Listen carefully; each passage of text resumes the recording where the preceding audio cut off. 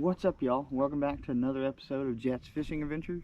We are out here on the famous Lake Fork, and anytime the water temp gets above that 60-degree mark, definitely on that first full moon of the around mid-March to late March. Out here it even happens earlier, but where most of my viewers in Tennessee, where I live, most of the time it'll be late March to early April, mid-April, and but anytime that water temp gets above 60, the fish will start to spawn. Definitely when a full moon comes out or a new moon. That's another. A lot of people don't realize a new moon will affect them just as much as a full moon. But in this video, I want to go over my top 3 baits that I use when the fish are on the bed, and just baits that you can throw over there. And kind of the key to a good bait is something that kind of suspends, that you can just barely move it and it'll have a lot of action. And what you're wanting to do, you're trying to make that fish mad to where he will go and eat it instead of just barely picking it up and dropping it off. But without further ado, let's jump into this video. One right there.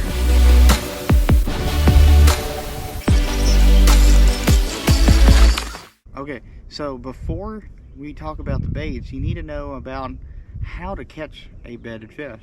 So you need really good sunglasses. These Hobie sunglasses from with the Sight Master lens. They're polarized. You can see down in that water. It takes the glare off. You can really see down in the water. So you really need to invest in some really good polarized sunglasses. Hobie Eyewear makes some amazing pair, and get the Sight Master lens. You'll thank me later. But once you have located a bed, you need to see if there's a fish on it. They should be earlier in the year. If you're looking for beds, like when they first start getting on beds, the males will move up and make the bed before the females. So in this video, we're just going to talk about whenever the females and the males are up there and you can actually catch them. So most of the time the male will actually he'll defend the nest while the female are sitting there. So you have to catch him before you can catch the female. And sometimes the female will bite first. It just matters. It just kind of matters how they're in the mood. But it can be a fun way to fish. It can be also a frustrating way, because you can sit there and watch them. You're throwing in, and they just won't bite. But eventually you just got to keep throwing, and you'll start seeing their gills kind of start flaring, and they'll get mad, and eventually will just slam whatever you're using. And you better set the hook, and you better wait till they have it, because if you miss it and you set the hook and they don't have it, you're probably not going to catch that fish again. So let's jump in to number 1. If you know me, you know I fish this a lot, and it's a very simple way to fish, but for bed fishing it's one of the best ways to fish, and that's just a Senko. I have it rigged up 2 different ways: a wacky rig and a Texas rig Senko. You want to use weightless, because you're trying to throw it on that bed and just barely bring it past them, and you want to be able to kind of keep it in front of their face for a little while you just kind of shake and put very little. It does not require a lot of movement. You just flip it out, and if you see the bed, you want to flip past the bed, and you just want to sit there and just shake it just like this. Very little minimal movement. You just want to get that worm to shake a little bit. But a wacky rig Senko and a regular Senko is just hard to beat bed fishing. It's probably been, this bait alone has probably caught more fish, more 10-pounders than any other bait on the market. But it's a really good little good presentation for bed fishing, and it's real easy, and it's pretty cheap to use. You just got to get you, if you're using a wacky rig, get you a wacky rig hook, or a Texas rig, 3-aught Texas rig EWG hook. That's all you need. It's a very simple way. I like my favorite hook is the Owner titanium weed guard. That's just because I like fishing Guntersville a lot, and there's a lot of weeds. And then the other one is just an Owner EWG 3-aught hook.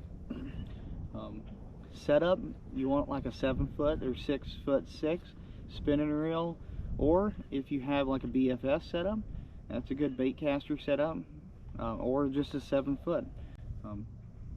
I use a 6'6" and a 7'2", and that's just your preference. I do use 15-pound braid, and I'll depend on leader, will be either 10-pound leader, Seaguar Invisex, to about 12. That's about as far as I go. You don't really want them to see it, so you kind of have to, line choice, it really depends on how big a fish you're going after. Here at Lake Fork, there's some giants, so I'm using 12-pound this week. Alright, so if you're fishing and the fish don't like a Senko, switch over to something else. Just try to find something that will get a fish mad. And one thing that a fish really does not like around their bed is a crawfish. They'll come over there and they'll pick at it and move it away. And so a great crawfish imitator is this Torin Outdoors Timber Craw. I actually have it rigged up. One of my favorite ways to fish a bed, and it's very effective when there's a lot of sandy or muddier bottom, and that is a Tokyo rig. This weight will be down here. This little rig will be sitting up here just kicking away. It's a great way to catch bedded fish this time of year, and it's one of my favorite bed fishing techniques. See, it's a really good way to, if you have a soft plastic that kind of floats like this Torin, like all the Torrent baits, it'll just sit up there and just kick a little bit. And when you're throwing it out, you're just pitching it out. It does not take. All I do with a bait caster is I'll take my finger, I'll pitch past the bed, I'll work it real slow up into it, and then I'll just let it sit there, and I'll use my finger like this and just put a little bit of action with my finger just like that, and that bait's just sitting there quivering. It'll make a bass really mad really quick with it just sitting there like that. If he picks it up, a lot of times you want to use kind of a brighter color like a white, or if the water's real clear, if you can see the bait, you want to be able to see the bait, because a lot of times a fish will come up and grab this pincher and then pick it up and drop it. They won't actually eat it. So if you feel that bite and he doesn't have it and you set the hook, well, guess what? You done told that fish that that's not a real bait, or that's not a real crawfish. So he'll probably not be, you probably won't be able to catch him on that same bait again. But if you just keep throwing in there, you'll eventually make them mad enough to fully eat it. And then as soon as they eat it full, you set the hook and hold on. But that's one of my favorites. Any kind of, you just want to throw this Tokyo rig on any kind of textured rig rod, a 7-foot to 7'3", medium heavy fast. I use braid with fluorocarbon leader just because I can feel it a lot better. To be honest, you kind of want to use just straight fluoro because you can flip a lot easier. You don't have that braid, that knot, that braid to that leader knot in the way whenever you hit that last guide. A lot of times it'll get caught and it'll fling it up. Anytime you're bed fishing, you really want to make a perfect cast behind that bed. You want to land it in the water a little bit quiet to not frighten that fish behind. If you're not good at casting and being quiet entering the water, what I would do, I would just make a real long cast past the bed and you just slowly work it into the bed. That's the best way if you're not experienced with flipping, just past the bed. And so you don't want to make a lot of splash. You don't want to make a lot of noise with your boat. If you're in a kayak, it's really good bed fishing time because you can be really quiet. I'll cut my graph off. I won't have my graph running, and I'll sometimes will even I'll take my boots off, just wear my socks to be very quiet stepping. Anytime you can limit noise is really good, and in a kayak you can almost be very quiet, and to a fish that you're right beside a fish, all he might think you're just a floating log. But that's my number 2. Alright, my number 3 bait. It's kind of a wacky bait, to be honest. It used to be very popular back in the day.